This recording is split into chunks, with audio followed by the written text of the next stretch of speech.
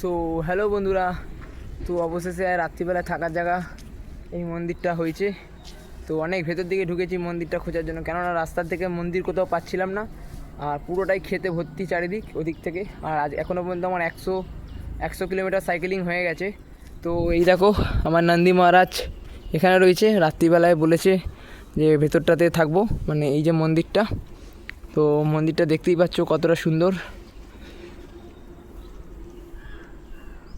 তো এই যে রাত্রিবেলা এখানে গেট ফিট করা রয়েছে। তো রাত্রিবেলা আমি নন্দীকে এখানে ঢুকিয়ে রাখবো, রাত্রিবেলা এইখানটাতে হয়তো শুয়ে পড়বো। তো দেখতেই পাচ্ছ মন্দিরটা কতটা সুন্দর, আশেপাশের ভিউটা দেখো শুধু।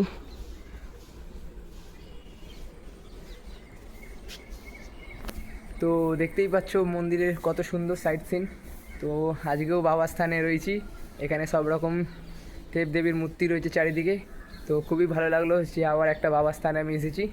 তো বিভিন্ন জায়গায় বিভিন্ন রকমভাবে রাত্রি কাটাচ্ছি, কোন দিন রাস্তার ধারে, কোন দিন বাবা স্থানে। তো এরম করতে করতে আমার যাত্রা চলছে। তো আর বাবার আশীর্বাদ সাথেই রয়েছে, তোমাদের আশীর্বাদও সাথেই রয়েছে। তো চলো, কালকে বিজয়ওয়াড়া হয়তো এখান থেকে আর 20 কিলোমিটার মতো বা 25 কিলোমিটার মতো বাকি আছে। কালকে বিজয়ওয়াড়া টপকে চলে যাব। আর হয়তো বাবার কাছে পৌঁছাতে বেশি দিন লাগবে না, 2 থেকে 3 দিনের মধ্যে বাবার কাছে পৌঁছে যাবো। তো চলো সাথে থেকো। হর হর মহাদেব আর জয় বাবা সন্দেশ্বর।